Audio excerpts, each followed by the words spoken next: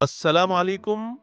मैं आप सबको हमारे चैनल माजी के राज में खुश आमदीद कहता हूँ। मेरा नाम मोहम्मद अहमद है और आज मैं आपको एक ऐसी शख्सियत की दास्तान सुनाने जा रहा हूँ जिसका नाम चंगेज खान है। आप जानते हैं चंगेज खान की कहानी वाकई हैरान कर देने वाली है।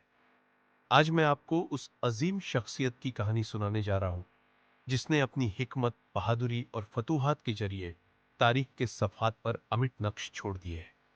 तो बिना वक्त जाया किए चलते हैं इस कहानी की तरफ। एक मामूली लड़के से दुनिया के सबसे बड़े हुक्मरान तक, यह सब 1162 ईस्वी में शुरू हुआ जब तैमूजन पैदा हुआ।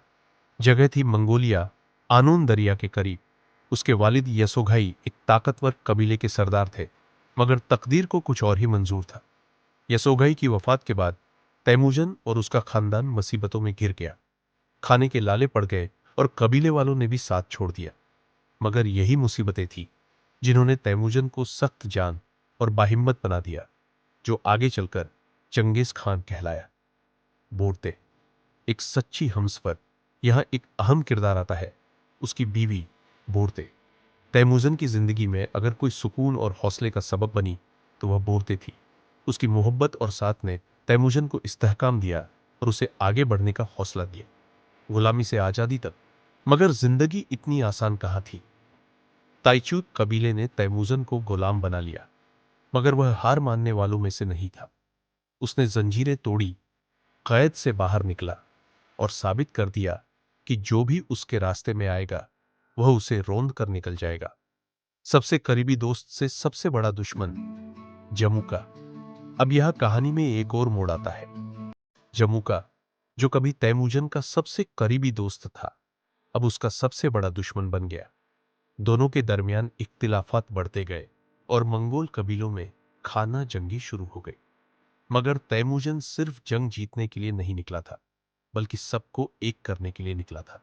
और आखिरकार 1206 ईस्वी में वह दिन आया जब तमाम मंगोल कबीलों ने उसे अपना सरदार मान लिया और उसे एक नया नाम दिया, चंगेज खान, यानी दुनिया का हुक्मरान।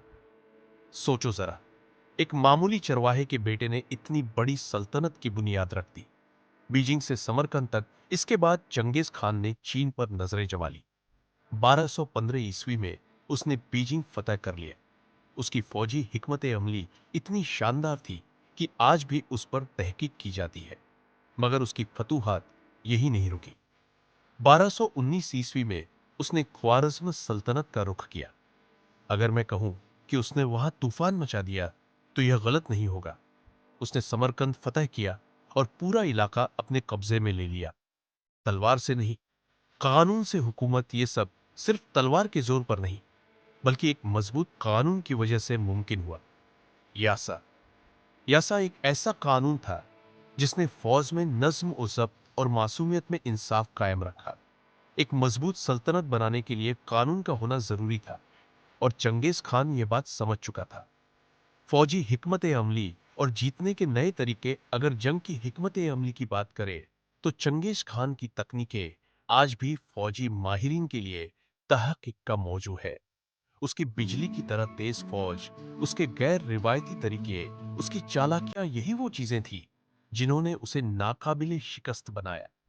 एक हुक्मरान, सिर्फ जंगजू नहीं। मगर चंगेज खान सिर्फ एक जंगजू नहीं था। उसके अकायद, उसकी जिंदगी के असूल, उसकी हिकमत अमली, यह सब उसकी कामयाबी में अहम किरदार अदा करते रहे। आखिरी सफर, मगर हर कहानी का एक अंजाम होता है।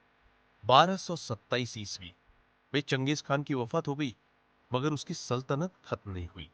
उसका बेटा ओगदाई खान आगे बढ़ा और सल्तनत को मजीद वुसअत दी। चंगेज खान एक अमर तारीखी किरदार। अब जरा सोचो, एक चरवाहे के बेटे ने इतनी बड़ी सल्तनत खड़ी कर दी, जो यूरोप और एशिया के दरमियान सबसे बड़े तिजारती रास्ते फराहम करती थी। उसकी हिकमत अमली, क़यादत की सलाहियतें और फतूहात ने उसे तारीख के अजीम तरीन फातेहों में शामिल कर दिया। अब आपकी बारी।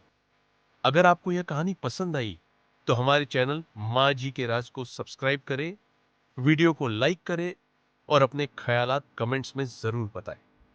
आपकी राय हमारे लिए बहुत अहम है। शुक्रिया।